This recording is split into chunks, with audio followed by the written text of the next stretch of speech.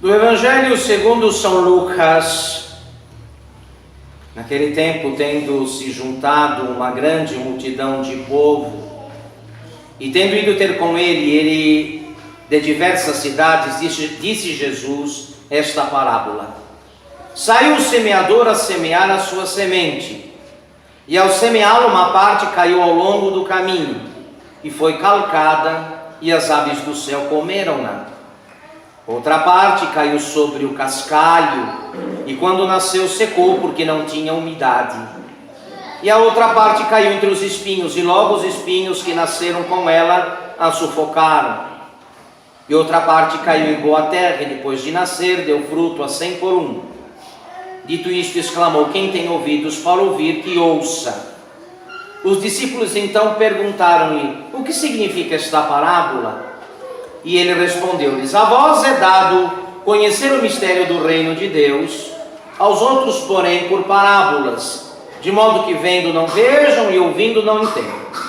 É este o significado da parábola. A semente é a palavra de Deus. Os que estão ao longo do caminho são aqueles que a ouvem, mas depois vem o demônio e tira-lhes a palavra do coração, para não suceder que se salvem. Acreditando. A que caiu sobre a pedra, o cascalho, representa aqueles que recebem com gosto a palavra quando a ouvem, mas não têm todavia raízes. Até certo tempo creem, mas no tempo da tentação voltam atrás. E a que caiu entre os espinhos representa aqueles que ouviram, mas não dão fruto, por terem ido atrás dos cuidados, riquezas e prazeres da vida que os sufocaram. A que caiu em boa terra representa aqueles que, recebendo a palavra num coração bom e nobre, aguardam e dão fruto pela sua constância. Em nome do Pai, e do Filho e do Espírito Santo. Meus caros, nesta quadra que prepara a Quaresma,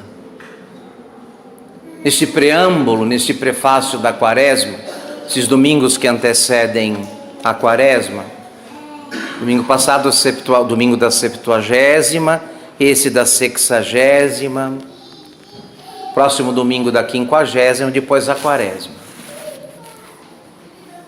É preciso considerar algumas coisas que fazem o fundamento da nossa vida cristã.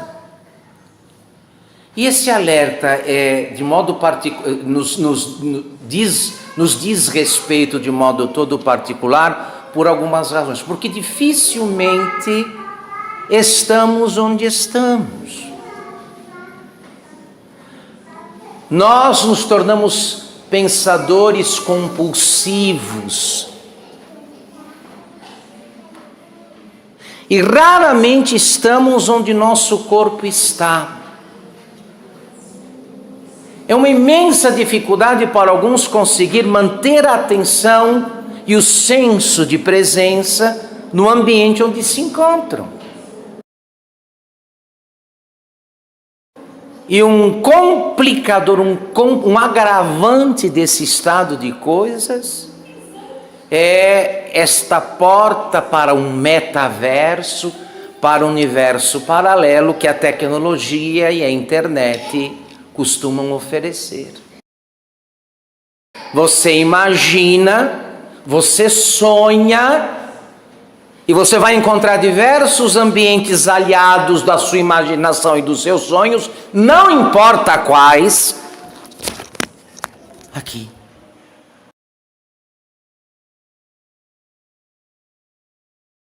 Você não gosta da realidade? Não precisa gostar dela. Há alternativas. Vá para lá. Fuja. Esqueça tudo. Aliene-se. Raramente encontramos alguém que esteja presente onde as coisas acontecem, num elemento chamado realidade. Mas a questão é que Deus escolheu a realidade para estar.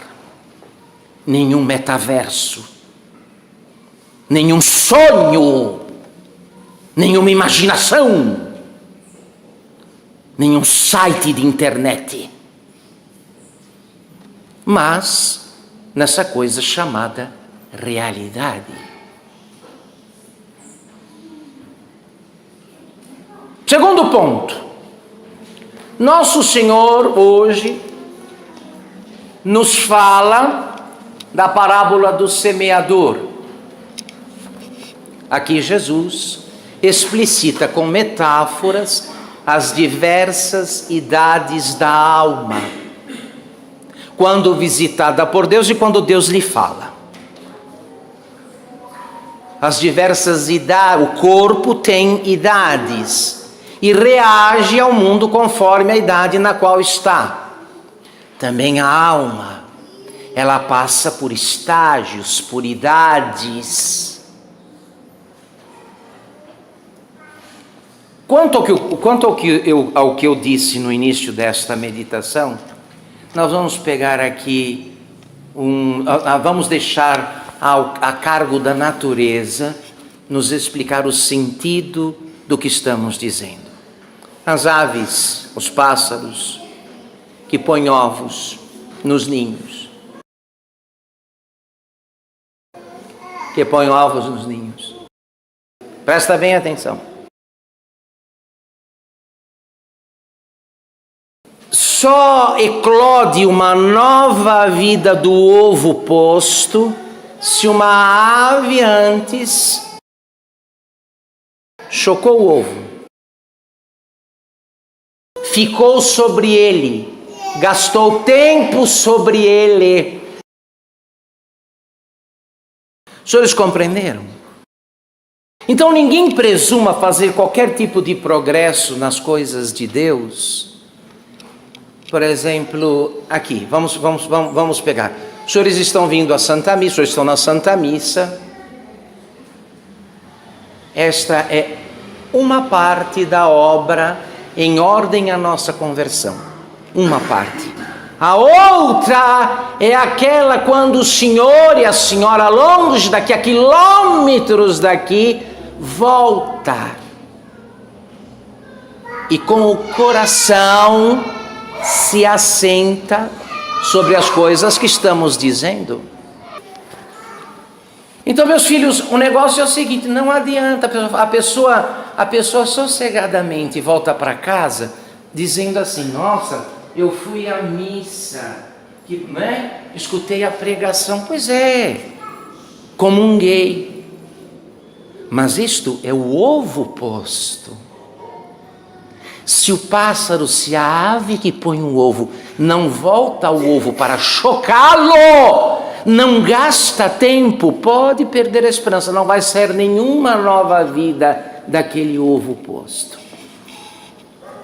A quantidade de favores, de graças e de luzes que recebemos da providência divina é algo inacreditável, imensurável. E por que tão pouco fruto? Por que tão pouco? Porque somos pensadores compulsivos. Normalmente, nossa atenção e nosso pensamento se voltam para as coisas que nos interessam, ou seja, aquelas que combinam com o nosso gosto, com o nosso prazer, com os nossos projetos.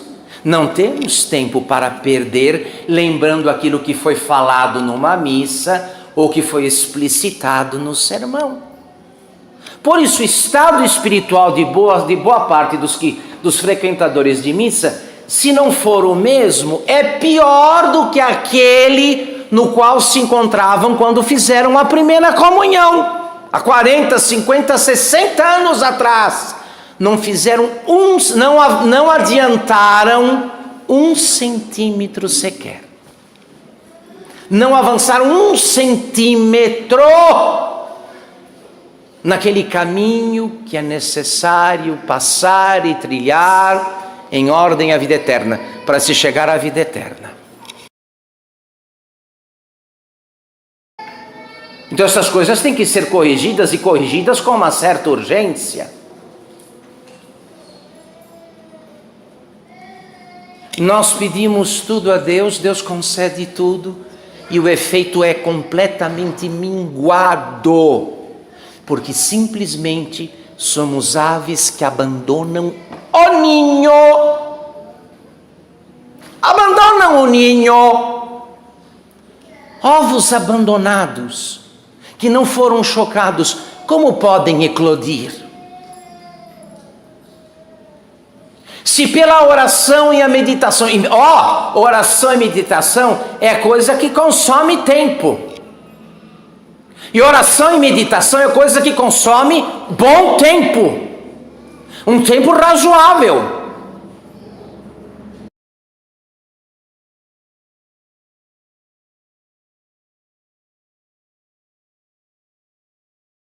E esta mesmice vergonhosa, em que boa parte dos católicos se encontram, repetindo incontáveis vezes as mesmas confissões, acusando-se dos mesmos pecados, vem disso. Não tem tempo.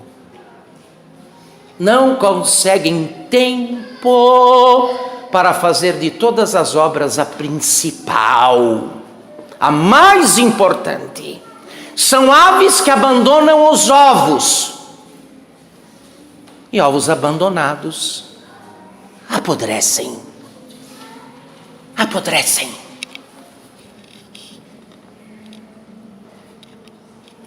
Vamos ver se chegando aquele temível dia e ao som daquele dia, segundo as palavras de nosso Senhor, será o de choro e ranger de dentes.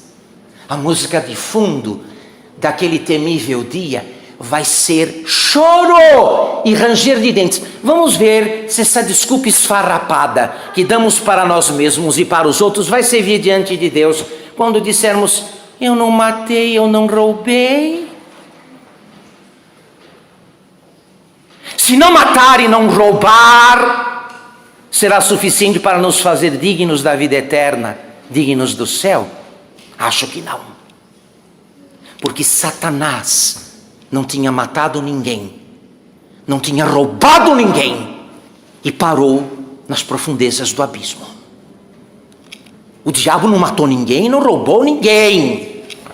No entanto, perdeu o céu. Para sempre. Para sempre.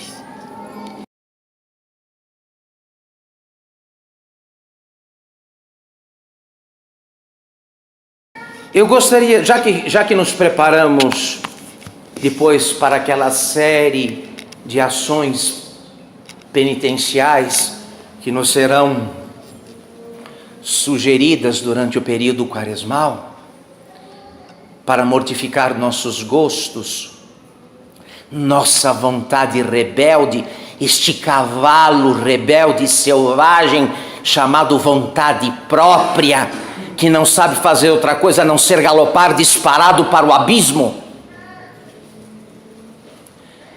Vamos ver se começamos aí, não é, a nos recolher, a procurar onde foi parar a atenção da nossa alma, onde foi que perdemos a atenção da alma, essa que deveria se voltar constantemente para o que Deus diz.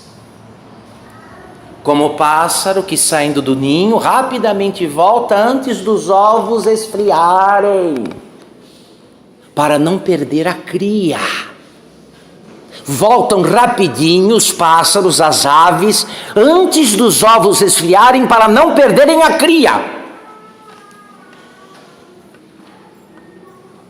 E nisso deveríamos pensar, nós, tão distraídos, tão dispersivos, tão divertidos, que não percebemos que a salvação está escapando de nós e nós dela, meu Deus do céu. Ela escapa de nós e nós dela. E qual será a nossa sorte, senhores? Qual será?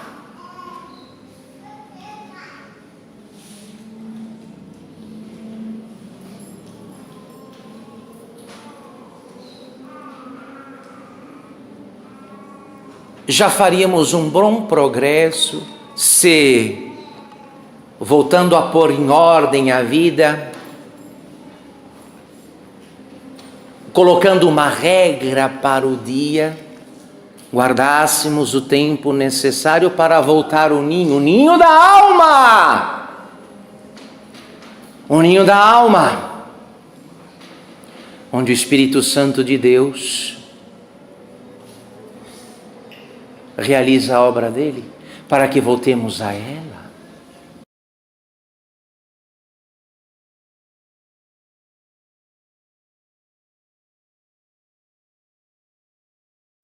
Imagine a que grau de santidade, em que grau de perfeição estaríamos, quão santos seríamos se prestássemos menos atenção, não é? Na nossa imaginação, que encontra nestas coisas uma verdadeira caixa de ressonância, um amplificador sem limites,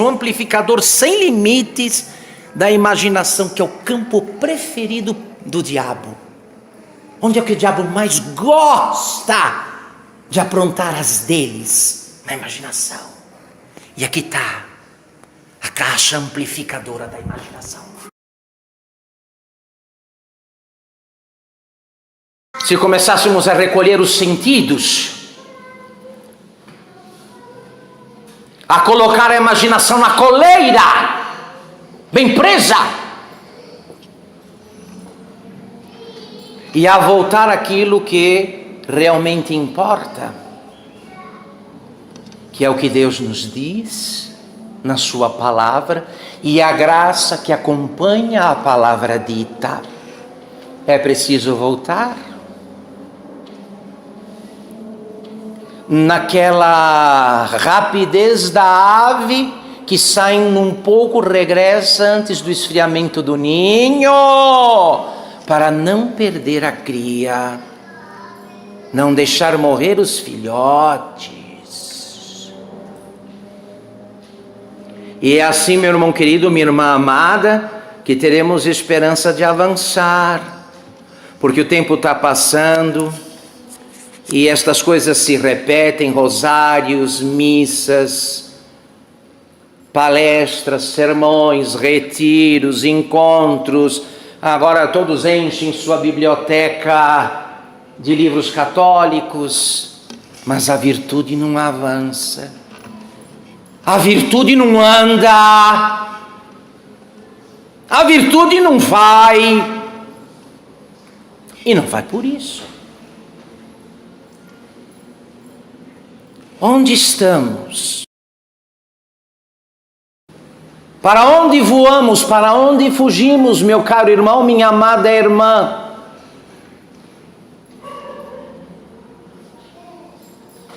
Quem não estiver dando a devida atenção, quem não estiver voltado com o coração, com a vontade, com o espírito para Deus, está fazendo o quê?